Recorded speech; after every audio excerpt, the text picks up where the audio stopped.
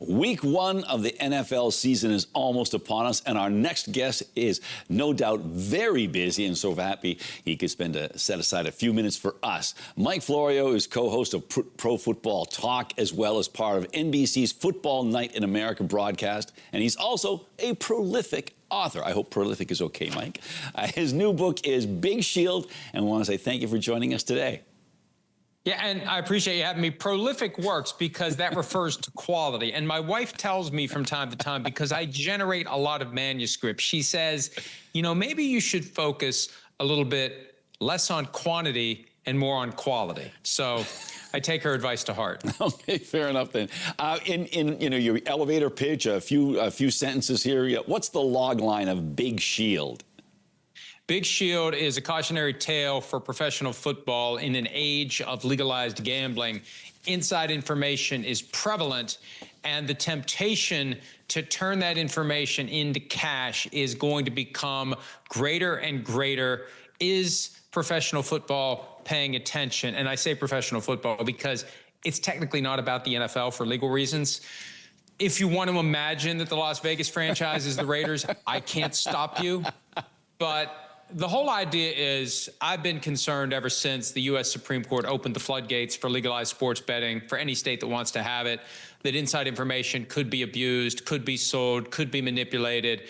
And that's the starting point. That's the premise. A backup quarterback gets involved in a scheme with a mobster, and it goes from there. Do you envision a time when there will become a scandal so great that there will be more guardrails put in? Well, that's how the NFL typically does things. They react. Something happens, and they say, oh, we didn't know that could have happened, even though they could have or should have known that it could happen because they failed to imagine how these things can come together and create a problem. I wonder at times whether or not their first reaction would be, if there was a scandal, to cover it up and to keep it from becoming a thing, because, you know, manipulation of inside information is something that is very easy to do, and there is so much of it. And I think to get your arms truly around it for 32 teams is going to be so difficult that if they were aware of a problem, they might be inclined to just look the other way. I'll give you an example. A couple of years ago, Bijan Robinson, then the rookie tailback for the Atlanta Falcons, he woke up on a Sunday morning not feeling well, surprised everyone, fantasy teams, people with prop bets, and the Falcons ultimately got in trouble. But the one thing that was never explored, who knew that he woke up sick and wasn't going to play as much as usual? And what happened with that information? That never gets discussed. So I think if something ever would happen, the first question is, will they find a way to cover it up? Because it's a rabbit hole they may not want people going down. Well, certainly the title of the book alludes to the Big Shield. What are we being shielded from in terms of information?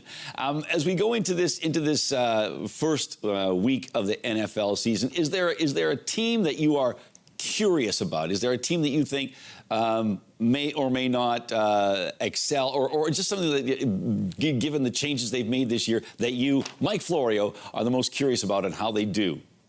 Well, you know, there's always a cluster of teams that you expect to be great. There's a cluster of teams you expect to be bad. And then there are the teams in the middle where you never know which way it's going to break. And there are new factors, new dynamics. In Minnesota, for example, a playoff caliber team that had a great regular season, it all fell apart very quickly. In comes J.J. McCarthy, unproven quarterback who missed all of his rookie year due to injury. If he can play, if he can check the boxes, if he can run that offense, they could be pretty good. Same division, the Lions. 8 assistant coaches gone from last year. How much is that going to affect a very talented team? So, you know, a lot of teams have flux. A lot of teams have anything other than the continuity that you really need to hit the ground running. So there's a lot of teams that fall into that bucket of, gee, if this works out, this works out, this works out, they could be in the mix. But at the end of the day, Chiefs, Eagles still seem like the best teams. I know the Bills and Ravens may have something to say about it, and the Bengals, and maybe the Steelers. That's another team I'm curious about with all their moves, including Aaron Rodgers.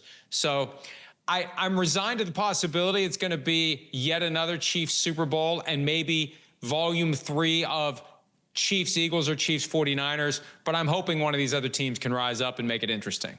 Is there a team or, let's say, a particular player in the NFL do you feel doesn't get the due respect that is warranted? That's a good question, and that's code for I really don't know, so I have to think about it. Matthew Stafford is one of those guys who I think over the course of his career hasn't been appreciated the way that he should be. People associate the Lions' struggles with him. No, the Lions were just dysfunctional, toxic, and he wasn't the kind of guy to make a big deal about it. I've said in the past, if Peyton Manning had been stuck in Detroit, he would have either forced change upon that franchise or he would have gotten out of there years before Matthew Stafford finally got his trade to the Rams. And his back situation looms over the Rams franchise because they're Super Bowl ready. They've got a great team. They just need to get one more great year out of Matthew Stafford. But I think he's a guy who's a walk-in Hall of Famer, has that Super Bowl win, wasn't the Super Bowl MVP, has never been an NFL MVP. But he's a guy who's just quietly gone about his business for a very long time and has kind of been overlooked on the teams that he's been on, even the Lions, because the Lions were so overlooked. All right, we're just about out of time here. For people who don't know where to find Pro Football Talk, where do they do that? ProFootballTalk.com, on the web, on your phone, wherever you are. Just punch in www.ProFootballTalk.com. It'll take you to the NBC landing page. And we've got all of our stories there. We've got video content. We've got clips on YouTube, our shows on SiriusXM 85, Peacock. It's on podcasts. It's everywhere and anywhere. And it's all out there. And there's going to be more of it than we usually see now that the football season is here, and can't wait to get it started and see how it unfolds. All right. Well, thank you for taking time for us today. We really appreciate it. Once again, I believe you can go on Amazon and Kindle to get Big Shield. Is that right? 99 cents. Now, I don't know what that translates to Canadian, but it's 99 US cents. About $1.30.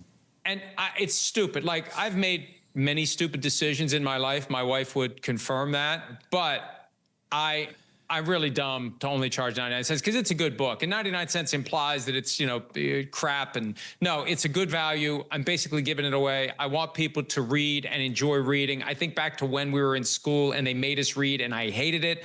And when you discover it as an adult, it's like, hey, this can be fun if you find the right book. I think this is the right book and you can't go wrong for 99 cents. You cannot go wrong, even with the exchange rate in Canada. And I don't even think there's a tariff involved. So, good deal there. So thank you so much. Always a pleasure speaking with you, and enjoy this season. Thanks for having me. Same to you. You bet.